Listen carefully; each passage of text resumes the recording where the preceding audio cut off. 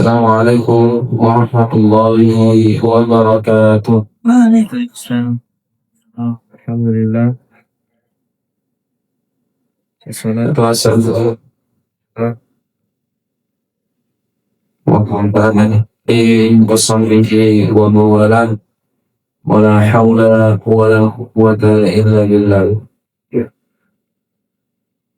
Puji kepada Allah Subhanahu wa Ta'ala yang mana sampai hari ini masih memberikan kepada kita kesehatan sehingga kita bisa berkumpul di ruang mulia ini untuk mengkaji ilmu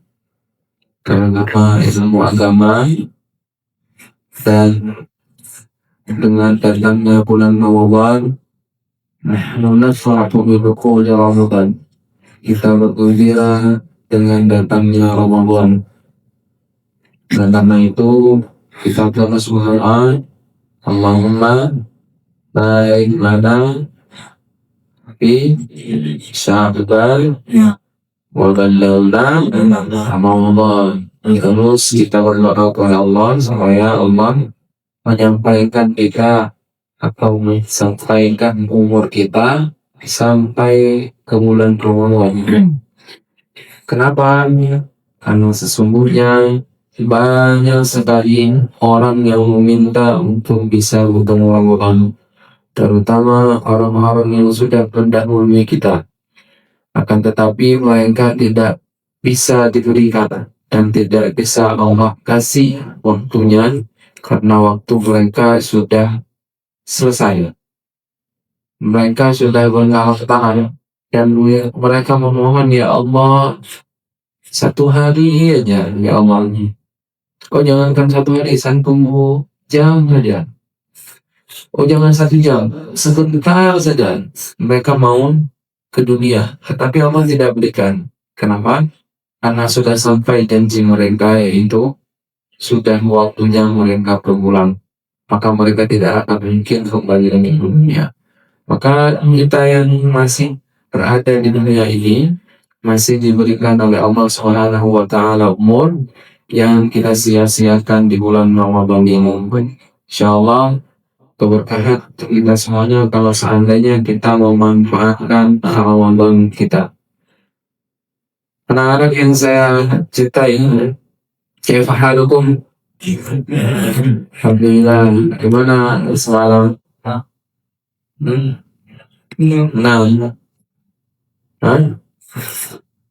alhamdulillah. Jam berapa semalam kan? 12, berarti masuk orang tidur ini. Makanya tadi masih tak belakang tidur.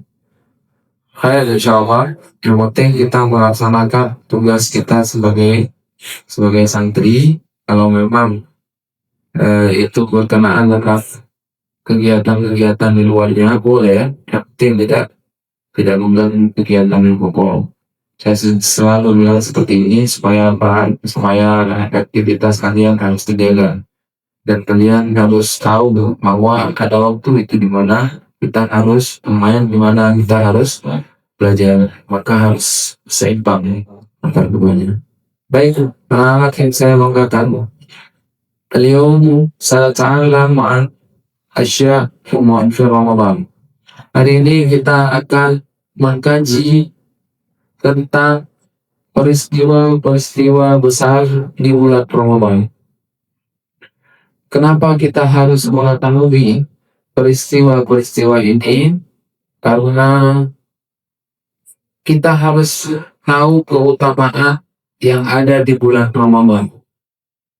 Selain banyak keutamaan yang ada di bulan Ramadan, ada banyak peristiwa terjadi di bulan Ramadan.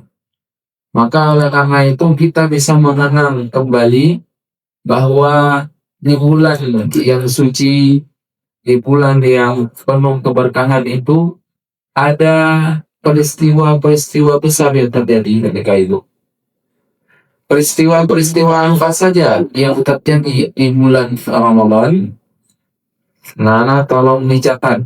Nanti saya akan menanyakan satu persatu. Yang tidak bisa, siap-siap panen cabai. Yang pertama, peristiwa besar yang terjadi di bulan Ramadan adalah turunnya wahyu pertama. Turunnya wahyu pertama yaitu surat apa? Al-Baqarah. Al-Alaq dari ayat 1 sampai 5.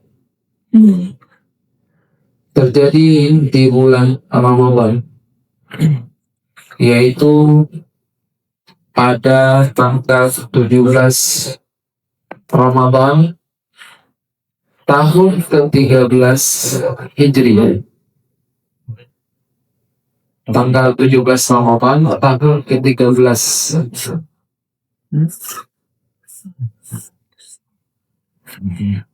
sebelum hijrah. Tahun 13.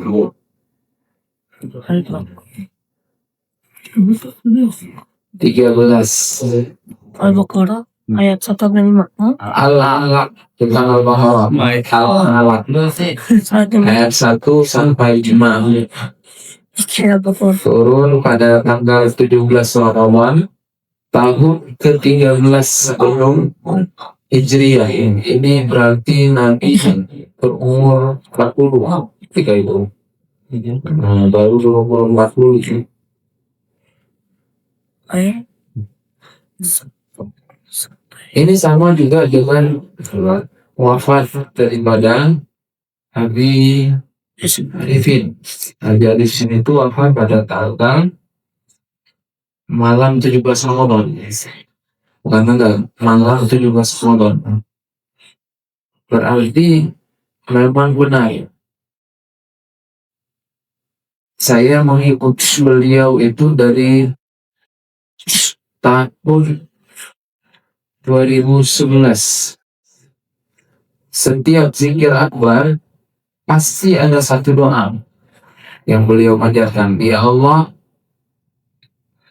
muliakan kami, hidupkan kami dengan kemuliaan, matikan kami dalam keadaan terbaik di dalam sholat, terutama di dalam sholat, atau ketika berzikir, atau ketika mengingat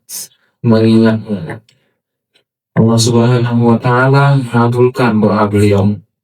Beliau wafat di hari terbaik, di bulan terbaik, yang mana banyak orang tidak bisa mendapatkannya. 17 Ramadan, tepatnya ketika nuzulul Quran. Dan itu disaksikan oleh semua masyarakat Indonesia ketika itu. Kenapa? Karena perintah beliau itu sampai ke sini, kita Gunung Sindur, dibawa dari Menang ke Sentul terlebih dahulu. Di Sentul disolatin. Setelah disalatkan dari Sentul, dibawa lagi ke sini, tapi nggak dinaikin ke lantai 2 karena posisinya nggak sedikit riskan. Ya pasti Jakarta. Tanggal kita itu terlalu kecil, sedangkan jamaah itu betul sampai ke atas. Kalau Allah, jalan yang kalian lihat itu malam itu terang, penuh dengan lampu motor dan mobil, sampai macet gitu jalanan kita. Padahal jalan itu kosong, mogok, tapi macet.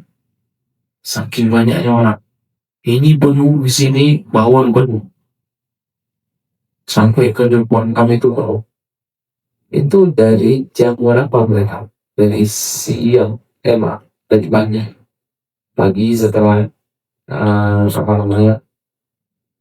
di gali kuburnya, itu semuanya ada cerita lagi di gali kubur.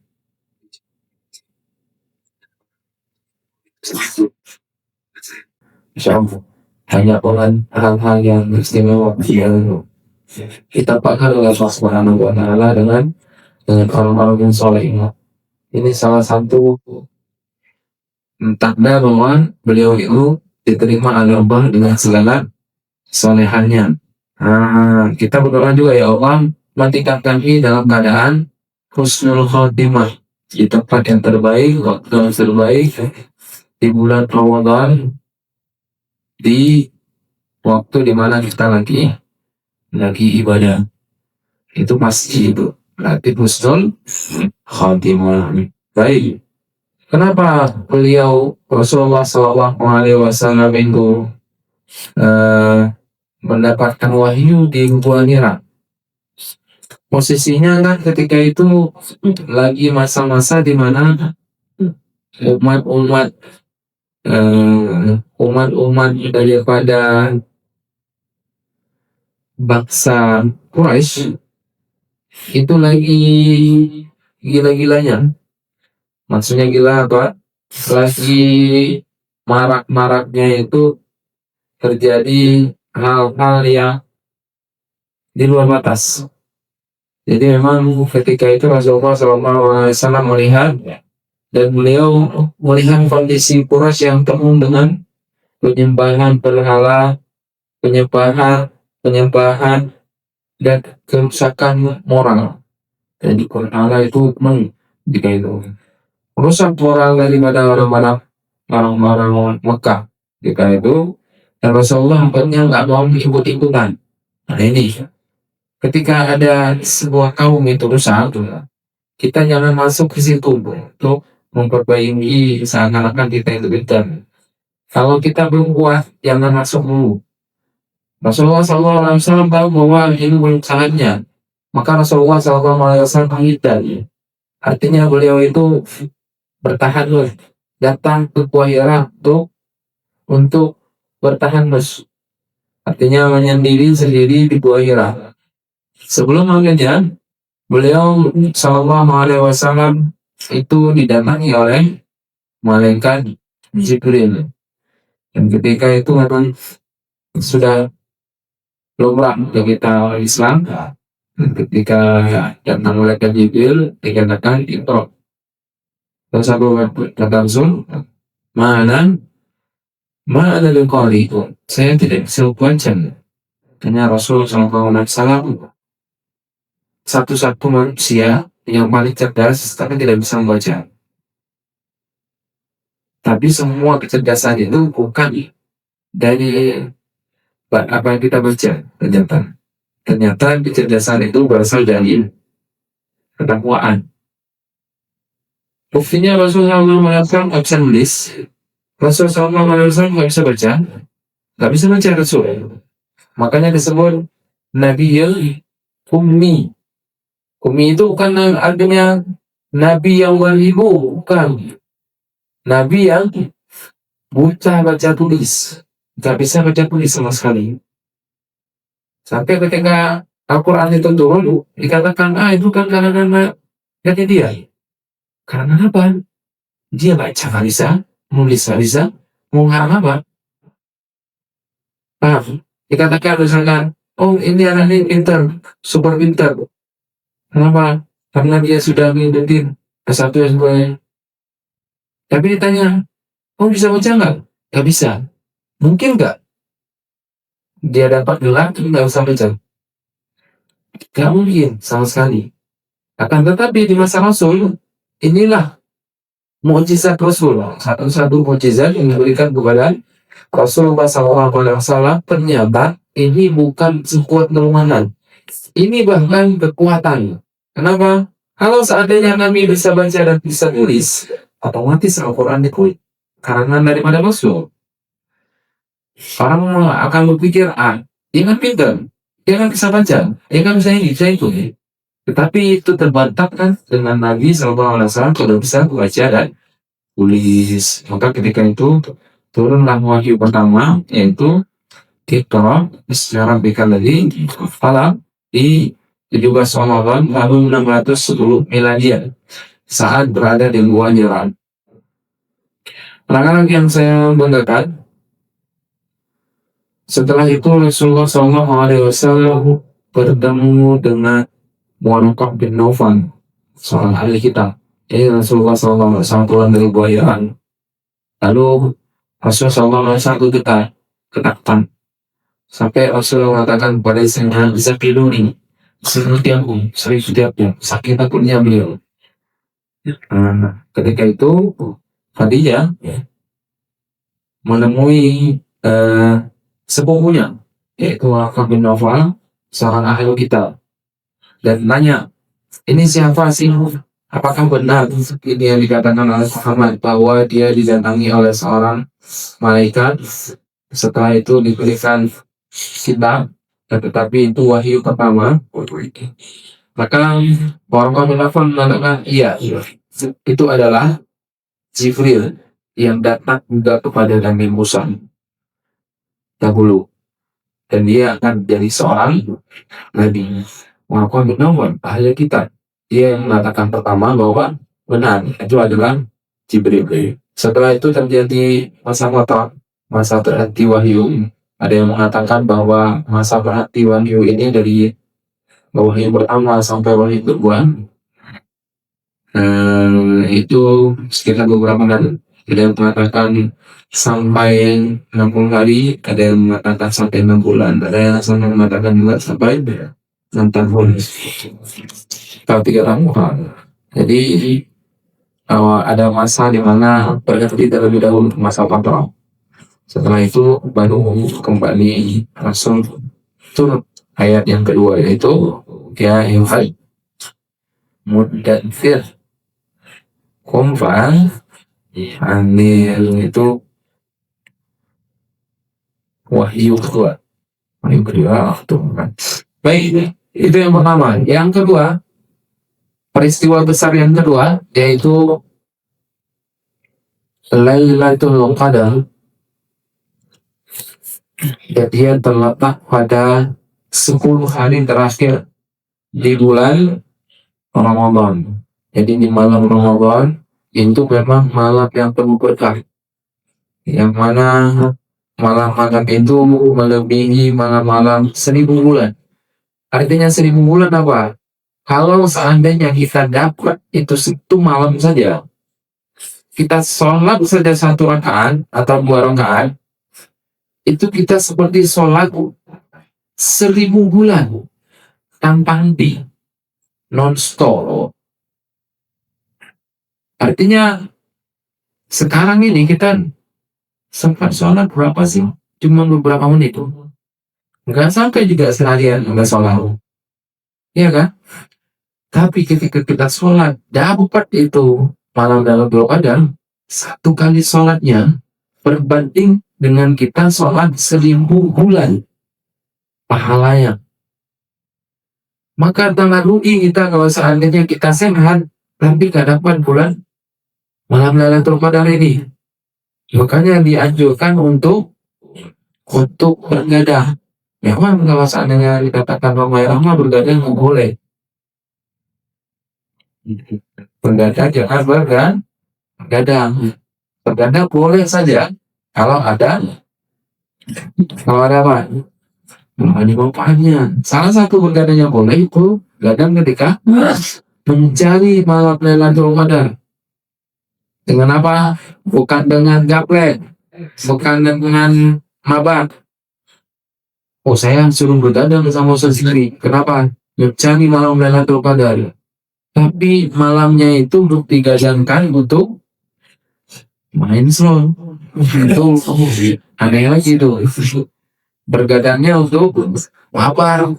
Bergadangnya untuk main game. Bergadangnya untuk nyanyi hal sama aja nih, nggak dapat apa-apa. Bergadang, sholat malam, baca Quran. Imam Syafi'i itu sampai 60 kali hariannya dia dapat 30 juz, malamnya dia dapat 30 juz. Gak ada kerjaan lain Imam Syafi'i. Mau baca terus hafal terus baca terus itu terus yang dibaca, nggak mau disibukkan udah. Oh, ini ada baca biasa. Ayo Imam Syafi'i, kami kan mau mengetahui utama Allah, mau tahu utama Ramadan sebelum Ramadan. Ketika Ramadan saya mau bergadang. Ini Imam Syafi'i begitu, sehingga ada kajian ilmu. Ketika itu kajian ilmu sebelum Ramadan seperti sekarang. Nah, ketika Ramadan juga asal sabuk pengaman, siap-siap itu untuk berjihad. Mati di malam itu, oh, insya Allah sudah pasti, insya Allah dipastikan kita masuk surga karena husnul khatimah. Jadi seperti itu. Jangan sampai kita lalai di bulan Ramadan.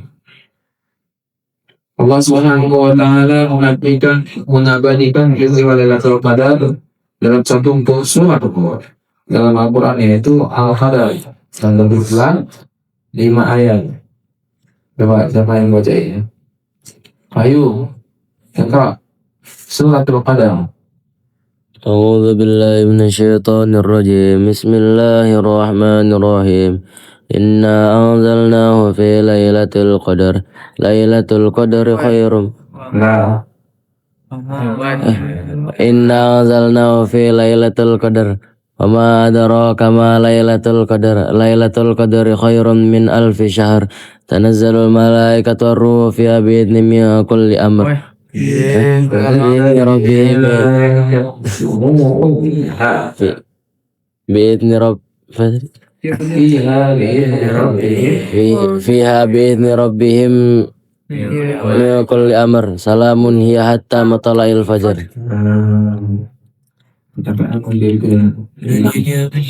Baik.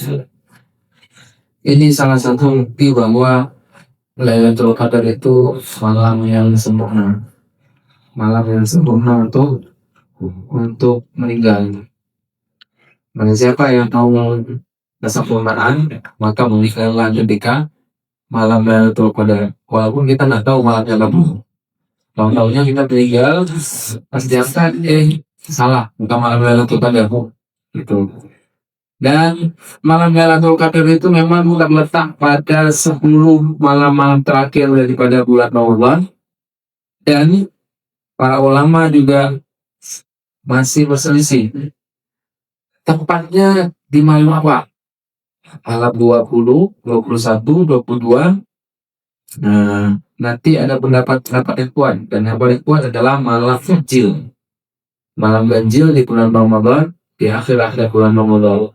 Terus, kalau malam ganjilnya itu dapat malam Jumat, nah, bisa dipastikan itu malam Lailatul Qadar. Tapi kebanyakan ulama mengatakan antara 21 sampai 21, 23, 25, 27, 29. Tapi yang paling banyak 27. Paling banyak.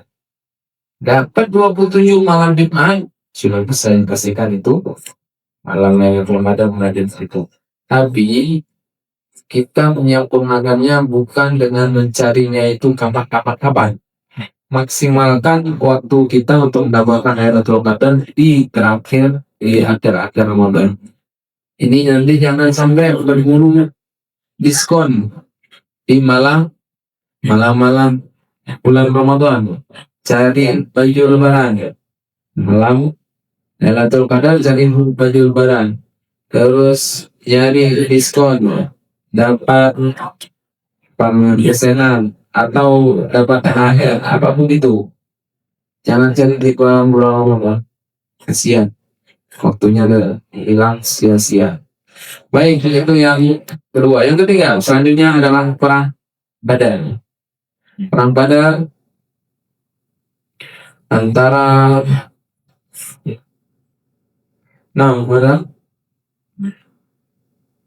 diriwayatkan pada perang Badar terjadi pada Jumat 17 Ramadan tahun kedua Hijriah.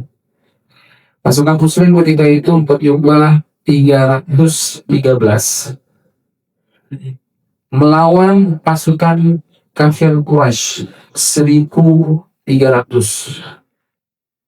313 berbanding 1.300. Ditambah lagi puasa, bukan waktu malam, bukan waktu lagi puasa, ketika itu lagi berpuasa, setelah itu bertempur. Coba dipikirin, ini nggak ada makanan sama sekali, pasukan makanan tak ada.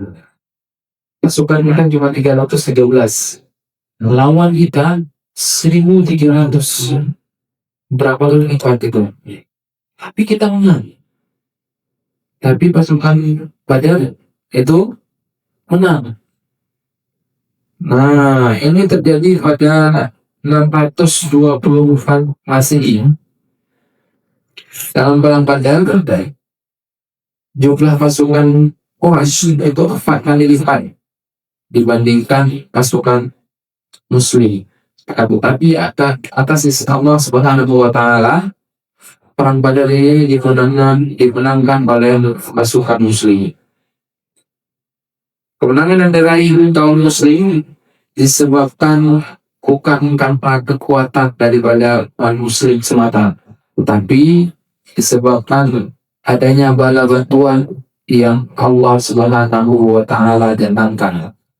Jadi di perang Badar itu banyak kesaksian orang-orang Quraisy ketika itu, dan mereka masuk ke Islam yang mengatakan ketika perang Badar kami ini bukan melawan pasukan 313 tadi, tapi melawan pasukan putih yang kami nggak tahu itu pasukan siapa, tapi mereka berada dalam barisan Muslim ketika itu. Maka ucapkan sih kami semuanya, kenapa? Nggak tahu, kami dibuat hancur sama mereka. Pasukan baju putih ini sama seperti manusia biasa di pasukannya. Jadi ini kesaksian yang diberikan oleh kaum musyrikin ketika itu, dan sudah masuk Islam, dan dia ikut perang Badar. Ketika itu banyak yang mengatakan bahwa kami tidak bertarung dengan 300, kami bahkan bertarung dengan 3.000 orang. Gak mungkin kalian semampu itu untuk mengalahkan 1.300 pasukan kami. Di mata mereka itu ada 3.000 pasukan, sedangkan umat Muslim menyiapkan hanya 313. Ini dikisahkan dalam surat Al-Anfal ayat 9. Istaghfiruna rabbakum fastajaba lakum yumitukum bi alfin minal malaikati murdifin. Ingatlah ketika kamu memohon pertolongan kepada Allah, Dia mengabulkan seraya berfirman, sesungguhnya aku akan mendatangkan bala bantuan kepadamu berupa 1.000 malaikat yang datang tertutup. Melalui perang Badar, Allah Subhanahu wa Ta'ala membuktikan kasih sayang dan pertolongannya kepada kaum muslim juga ini.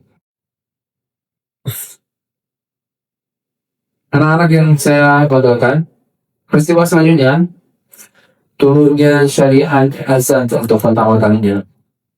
Jadi dulu ketika Rasulullah SAW sudah diperintahkan untuk sholat, jadi syariat sholat itu sudah ada, maka bagaimana caranya supaya orang-orang muslim itu tahu bahwa waktunya sudah sampai?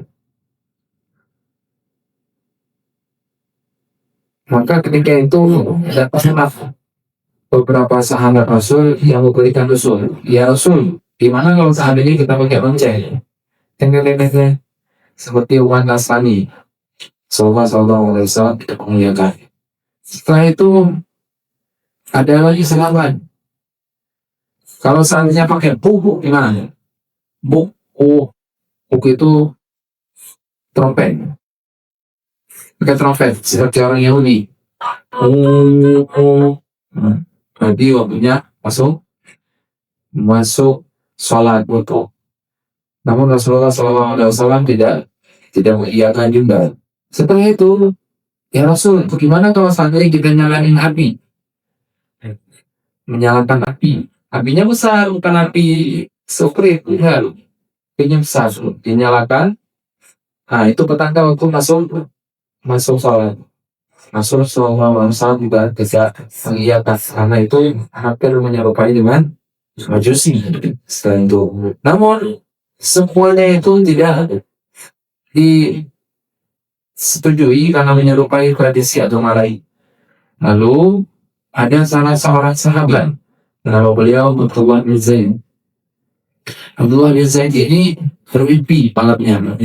Bermimpi malamnya ada seseorang yang datang kepada Abdullah bin Zaid lalu mengajarkan kalimat-kalimat ini. Allahu Akbar, Allahu Akbar. Tapi ternyata mimpi ini bukan Rasulullah SAW yang dimimpikan. Sahabat. Ini bertanda bahwa sahabat itu adalah mulia. Bahkan perintah syariat azan itu tidak langsung turun dari Allah ke Rasulullah, tapi melalui mimpi dari para sahabat, yaitu Abdullah bin Zaid, lalu disampaikan kepada Rasulullah SAW, dan Rasul mengiyakan, iya, mimpi kamu adalah mimpi kebenaran.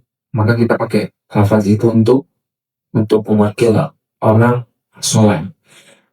Ya udah, diajarkan kepada para sahabat. Jadi naik ke tempat yang tinggi untuk didengarkan. Jadi istilahnya itu, kalau dulu kan kalau kita mau panggil orang naik ke atas dulu. Wahai kaum Quraisy, berkumpulan di sini, ada berita besar. Itu datang orang. Ramai-ramai datang. Kenapa? Saya mau membacakan syair. Syair ini sampai kayak gini. Bacain syair. Wah, Masya Allah. Oh, Masya Allah dulu. Masih Quraisy. Wah, dahsyat banget. Udah selesai itu pulang lagi. Keluar lagi, pecah lagi. Nanti kalau ada hal-hal yang lain, naik lagi ke atas mungkin, naik lagi ke atas gunung, panggil lagi. Kalau pakai gerombol, pakai Semarang. Nah, ketika itu Rasulullah SAW mengatakan syariat daripada azan itu diperintahkan sudah ada melalui mimpi dari Abdullah bin Zaid, dan ketika itu dipanggillah, disuruh salah satu daripada sahabat untuk naik ke atas tinggi, yaitu menara, yaitu kalau dulu juga nggak ada bangunan tinggi, tempat paling tinggi. Ketika itu dikumandangkan azan. Nah, orang-orang dulu kan apa ini? Akhirnya berkumpul. Itu adalah azan, dan kata para sahabat, apa itu azan? Azan itu adalah pertanda masuknya waktu sholat. Ketika itu baru disyariatkan azan sampai kepada kita. Baik, anak-anak sekalian, selanjutnya peristiwa yang keberapa? Empat. Keempat atau kelima? Kelima, pembebasan kota Makkah itu terjadi di bulan Ramadan. Wahyu turun, wahyu syariat azan itu turun Ramadan juga. Pembebasan kota Makkah itu juga sama di tanggal 20 Ramadan tahun ke-8 Hijriah.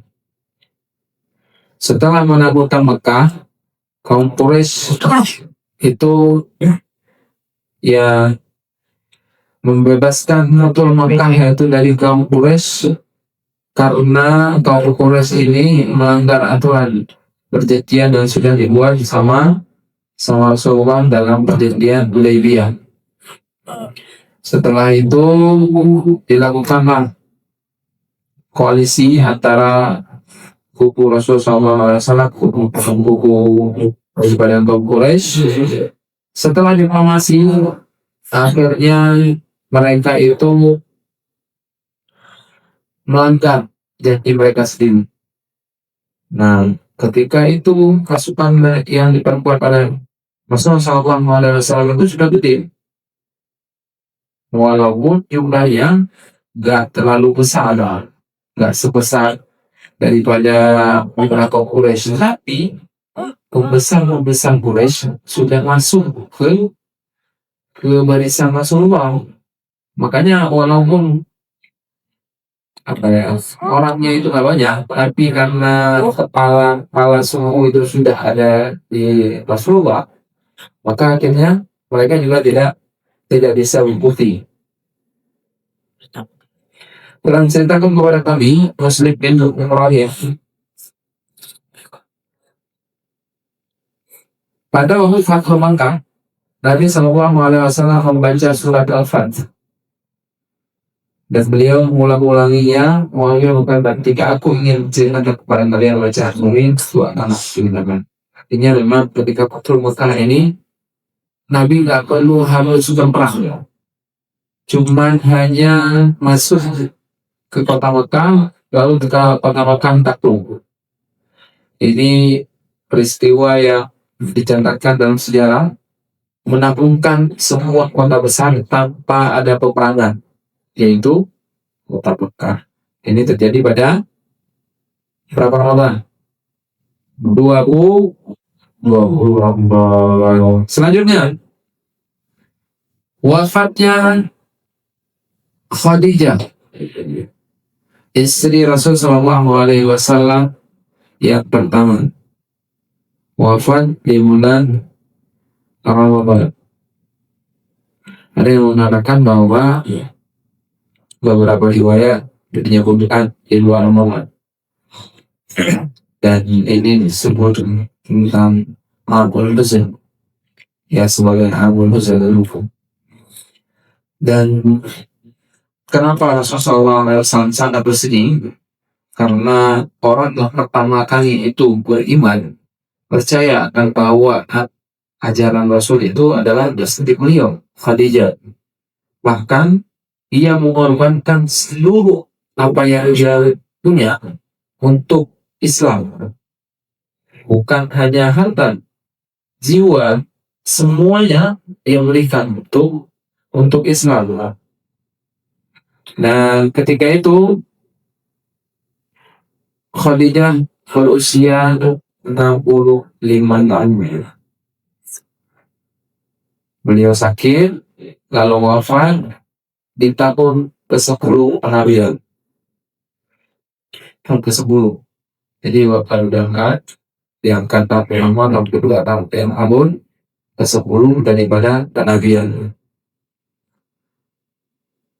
Peristiwa itu terjadi beberapa bulan sebelum wafatnya Abu Thalib, atau disebut dengan Husain. Pemakaman daripada Khadijah dimakamkan di Makkah. Jadi kalian yang disangka nanti mau berziarah ke Makkah daripada sahabat, salah satunya istri daripada Rasul, di makam Makkah, yaitu di Makkah. Nanti ada lagi makam Badar, ada banyak makam di sana. Terus di Madinah juga ada. Itu apa namanya? Itu banyak makam para sahabat di Makkah dan Madinah. Jadi kalau saatnya kalian berkunjung ke dua kota suci, jangan lupa untuk berziarah. Walaupun nanti ada waktu-waktunya. Jadi waktu yang tepat, salah satunya ya kalau nggak salah sore hari. Di sore hari dibuka itu, maka kita berziarah. Berziarah juga nggak seperti kita di Indonesia yang duduk lama-lama bacakan adab. Kita cuma mengitari saja. Setelah mengitari, udah. Sambil mengitari ini bukan cuma moto-moto, bacain doa, sampaikan salam pada orang-orang yang sudah wafat. Seperti itu. Ini bacakan pada itu ketemu saya sudah di Makkah. Ini adalah makam dari banyak sahabat, masya Allah. Apa ini? Adab ziarah kubur itu bukan untuk ngevlog, tapi mendoakan orang yang sudah wafat. Itu. Baik, selanjutnya ada perang Tabuk. Perang yang terjadi pada 9 Hijriah. Pada 9 Hijriah itu terjadilah perang Tabuk. Nah, Tabuk ini adalah salah satu tempat yang dipimpin langsung oleh Rasul ketika itu. Jadi Perang ini antara Kaisar Romawi dengan pasukan Rasul Shallallahu Alaihi Wasallam dan ingin menyerang Rasul di perbatasan utara Jazirah Arab. Umat Islam saat itu menghadapi kondisi sangat sulit, panas terik, kekeringan, dan masa panen kurma. Dan ketika itu beberapa sahabat memberikan kontribusi yang sangat besar. Salah satunya Utsman ibn Affan. Ini menyumbangkan ratusan juta dan berbekalan untuk perang Tabuk. Abu Bakar Siddiq menyerahkan seluruh hartanya. Jadi istilah yang ketika itu memberikan harta semuanya, Abu Bakar itu ya dibagi perang Tabuk. Terus Utsman bin Affan menyumbangkan ratusan harta. Terus Umar bin Khattab setengah hartanya. Setengah harta daripada Umar diberikan semuanya untuk peperangan ini. Supaya apa? Supaya umat muslim ketika itu jangan jatuh juga. Jumlah pasukan muslim ketika itu terbesar sebanyak sejarah, yaitu 30.000. Perjalanan ke Tabuk antara Madinah ke Tabuk itu sekitar 700 kilo. Jadi mereka ketika Ramadan jalan 700 kilo untuk berperang nantinya. Perjalanan sangat berat, kekurangan air, kendaraan. Sebagian orang munafik tidak ikut dan cari-cari alasan untuk tidak ikut.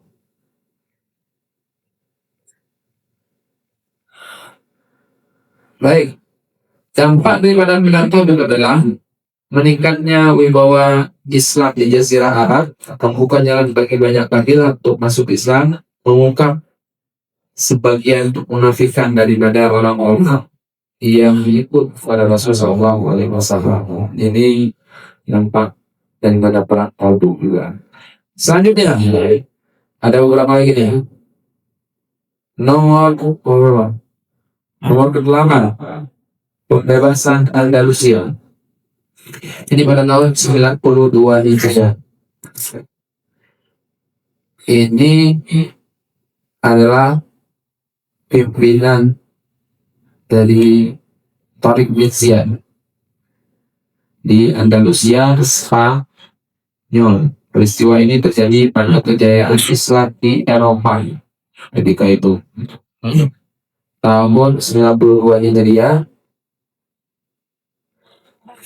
pasukan Islam di bawah pimpinan Tariq bin Ziyad. Jadi pembebasan Andalusia ini adalah awal masuknya Islam ke semenanjung Iberia, yaitu Spanyol, Portugal sekarang. Dan mendukung peradaban Islam di Eropa selama hampir 8 abad. 8 abad itu tidak bisa dimasuki oleh agama-agama lain, salah satunya agama Islam.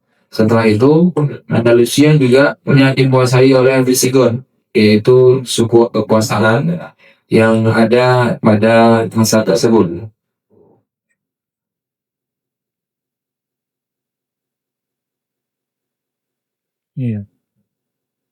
Setelah kemenangan tersebut, pasukan Muslim bergerak cepat dan berhasil menguasai beberapa kota. Salah satunya adalah Cordoba, Toledo atau ibu kota Visigoth, Seville, Granada. Setahun kemudian, Musa bin Nusair sendiri menyusun dengan tambahan pasukan untuk memperkuat wilayah yang dikuasai. Artinya memang Islam itu tersebar sampai ke Eropa sana, dibawa oleh para pasukan-pasukan yang kuat, dan itu terjadi pada bulan Ramadan. Selanjutnya, pertempuran Ain Jalut. Ini sudah jauh daripada masa-masa Hijriah, tahun 658 Hijriah. 658. Ain Jalut yang dipimpin oleh Saifuddin Qutuz mengalahkan pasukan Mongol. 658. Bentrokan besar antara pasukan Muslim Mamluk dan pasukan Mongol.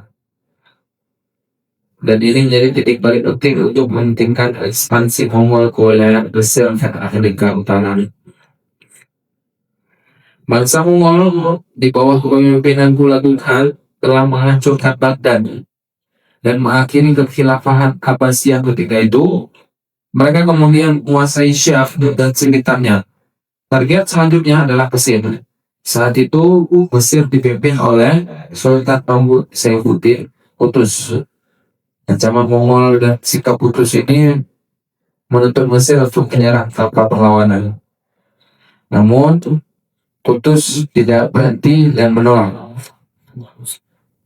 Dan ketika itu terjadilah perang Ain Jarum tersebut. Dampaknya adalah Mongol itu tidak bisa masuk lagi ke Mesir dan mereka sudah kalah. Jadi perang ini bukan perang sekedar perang, tetapi adalah kemenangan militer. Momentum kebangkitan setelah masa kehancuran besar. Ini perang Ain Jarum. Terakhir adalah membantu semuanya. 10. Yang terakhir ini adalah kita, orang Indonesia. Proklamasi kemerdekaan Indonesia itu jatuh pada tanggal 17 Agustus 1945 bertepatan pada tanggal 9 Ramadan 1364 Hijriah. Jadi jangan kalian kira proklamasi itu terjadi ketika hari-hari biasa, kan? Proklamasi itu terjadi ketika bulan puasa.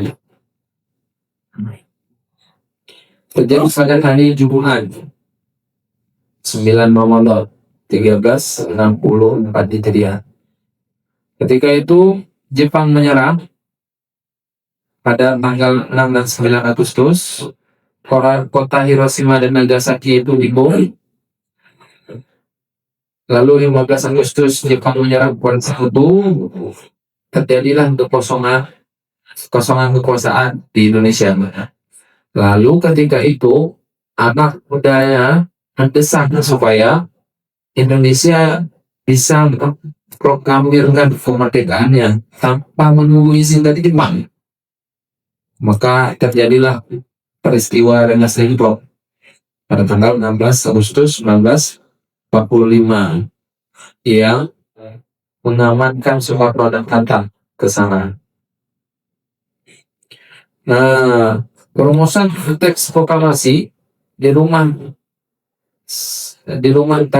Tadasi Maida di Jakarta. Perumusan yang pertama itu ya Soekarno, Bapak Hatta, setelah itu Ahmad Subanjo, dan diketik oleh Sayuti Malik. Setelah itu barulah diproklamirkan 17 Agustus 1945 pukul 10 di tempat pengasingan Pegangsaan Timur nomor 56 Jakarta. Dibacakan oleh Soekarno, dilanjutkan pengibaran bendera merah putih.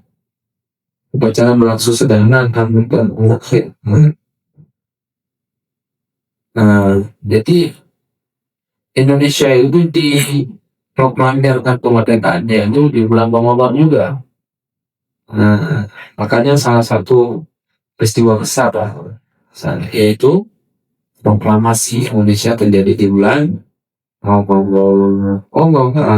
ini semuanya adalah peristiwa besar untuk kita mengenang kembali kekuasaan dan hal-hal yang besar yang ada pada masa bulan Ramadan.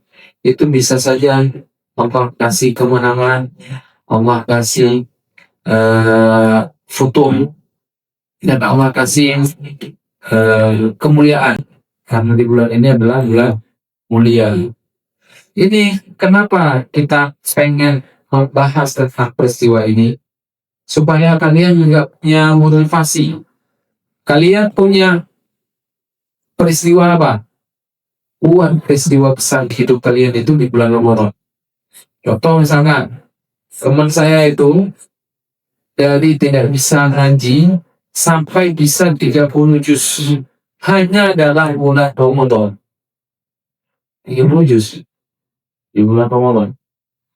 Jadi dia menghafal Quran itu di bulan Ramadan dan selesai Quran 30 juz. Peristiwa besar bagi dia di bulan Ramadan. Kenapa? Karena dia hafal Quran khatam 30 juz di bulan Ramadan.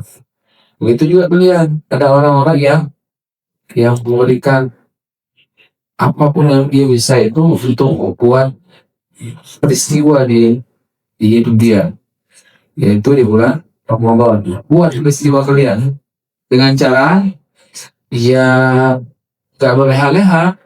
Kalian mau buat peristiwa terbesar di hidup kalian, buatnya ketika Ramadan.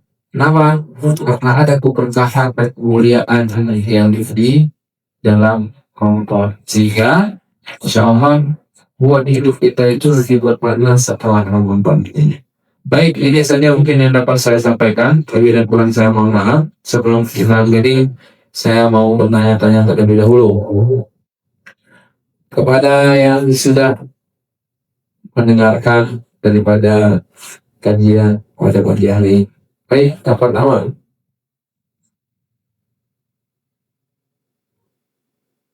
Apa pernah yang terjadi di bulan Ramadan? Ramadan terus perang Tabuk terus perang Ain Jalun terus atau Makkah terus Pembahasan manusia. pembebasan Andalusia. Pembebasan Andalusia itu juga masalahnya perang, kecuali Fatul Makkah. Fatul Makkah enggak menang karena pada kaum musyrikin ketika itu udah jatuh duluan. Jadi mereka nggak ada persiapan ketika datang Fatul Makkah atau ketika datang pasukan Nabi, udah Makkah dengan sendirinya jatuh ke tangan umat muslim. Selanjutnya, siapa yang meninggal di bulan Ramadan? Ada banyak orang yang meninggal di bulan Ramadan. Salah satunya adalah Khadijah binti Khuwailid. Nabi Arifin juga bulan Ramadan. Terus para ulama Habib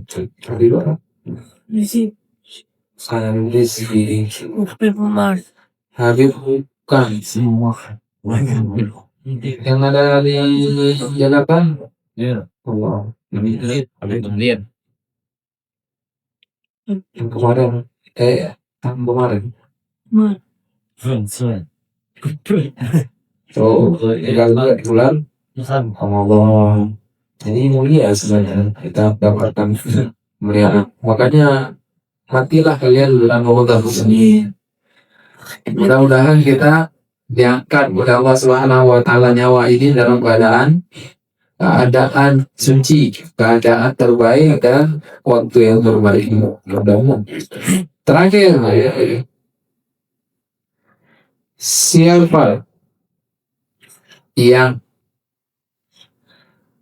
ketika itu dimimpikan azan Zaid Abdullah bin Ziyad atau Zaid Abdullah bin Zaid. Terus diajarkan ke siapa itu? Diajarkan ke para sahabat. Tapi yang memandangkan adalah Bilal bin Rabah. Terakhir, ngapain kita di malam-malam terakhir bulan Ramadan? Nyari diskon. Menjadi malam dari toko dan Emang hilal banget dicari. Kita mempersiapkan diri untuk menghadapi malam Lailatul Qadar. Malam Lailatul Qadar salah satu cirinya, ini ingat ya, ciri daripada malam Lailatul Qadar kita nanti ngantuk banget kita, agak ngantuk banget kita. Padahal kita mungkin ada tidur siang, mungkin apa namanya cukup kita tidurnya, tapi ketika malam itu ngantuk banget. Sholat taraweh terasa kan ketika itu. Matahari ketika itu keluar terbit ke kuning-kuningan. Nah, tahu kita itu panggilan ada semalam, itu dari matahari, bukan ketika malamnya. Ketika malamnya cuma ada ciri-ciri satu, malamnya sunyi banget, nggak ada hujan, nggak ada angin, nggak ada gerimis, dan nggak ada apa-apa, sunyi aja gitu. Walaupun ya terdengar suara-suara yang seperti kita ngaji atau apa, tapi ketika tengah malam di mana orang sudah tidur, sunyi banget. Dan nggak ada angin-angin, bintang-bintang, hujan-hujan, pokoknya kosong.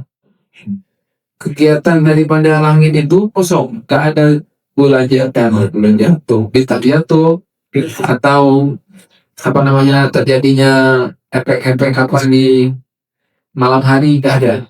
Ketika itu memang sunyi, kosong semuanya, bintang-bintang pun nggak terlihat. Nah, ini tanda bahwa Lailatul Qadar. Oh, udah tahu malam Lailatul Qadar. Sholat kita siapkan itu. Bapak kita jangan sampai kayak malam Lailatul Qadar kita bantu orang bilang pada malam Lailatul Qadar. Sholat kan? Lupa. Aduh. Ya, ini mungkin peristiwa-peristiwa besar yang terjadi pada bulan Ramadan. Semoga kita bisa membayangkan peristiwa di sini kita terjadi di bulan suci Ramadan. Dan semoga Allah Subhanahu wa Ta'ala menyampaikan waktu kita atau umur kita sampai bulan Ramadan sehingga kita bisa bertemu dengan bulan yang mulia ini, bulan Ramadan. Ini saja mungkin. نختتم بدعاء كفارة المجلس سبحانك اللهم وبحمدك أشهد أن لا إله إلا أنت أستغفرك وأتوب إليك. في سؤال